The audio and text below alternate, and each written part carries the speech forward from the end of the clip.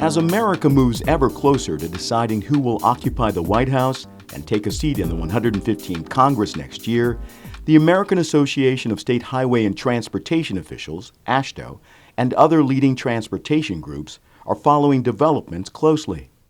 A nonprofit, nonpartisan advocacy group located just blocks from the U.S. Capitol, AASHTO represents the interests of those responsible for caring for America's highways, bridges, pedestrian and bicycle trails, and other key modes of transportation.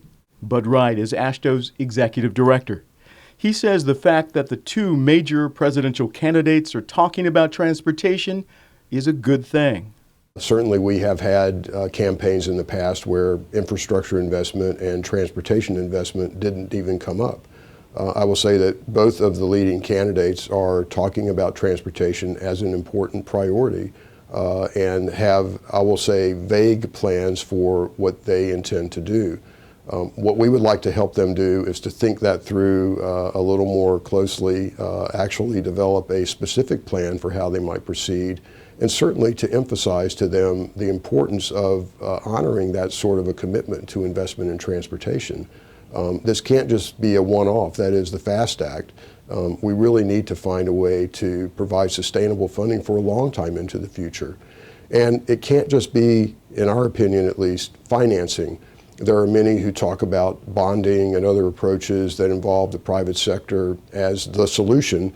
And while we would certainly agree wholeheartedly that those should be a part of the solution, we're going to need just basic funding. We're going to need revenues that flow into the Highway Trust Fund that states can count on and don't have to necessarily bond projects or take on long-term debt in order to be successful. Wright said the FAST Act, approved by Congress and signed into law by President Obama in December 2015, should be a good starting point for even greater investment.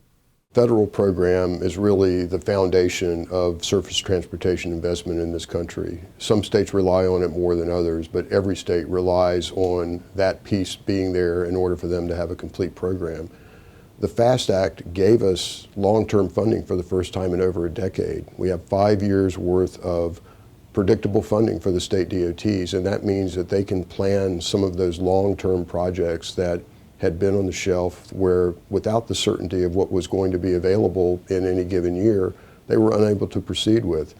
So it was important. It maintained basic structure that had been there previously, but it provided that continuity of funding, that predictability of funding that the states so much need, and by extension, that the contracting community so much needs. They're not going to invest in people and equipment unless they know that there's going to be a program there for them to support.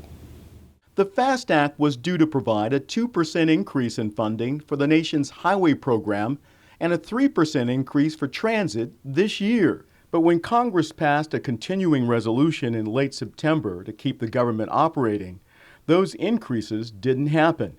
The CR expires December 9th. The states don't yet know for sure that they will see the full funding for 2017 because of the restriction that is implied by the continuing resolution.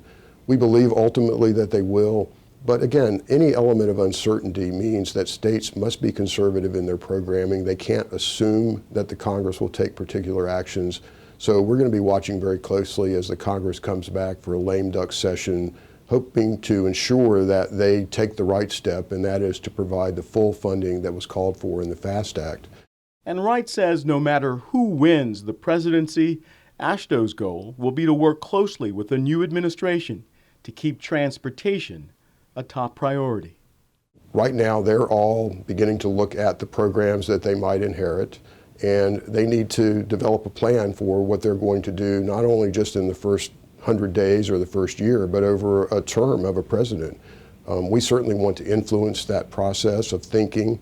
We think we have opportunities to engage with the members of those transition teams, and we're certainly going to take advantage of that. Thanks for watching View from the Hill, offering the perspective of key influencers in the nation's capital.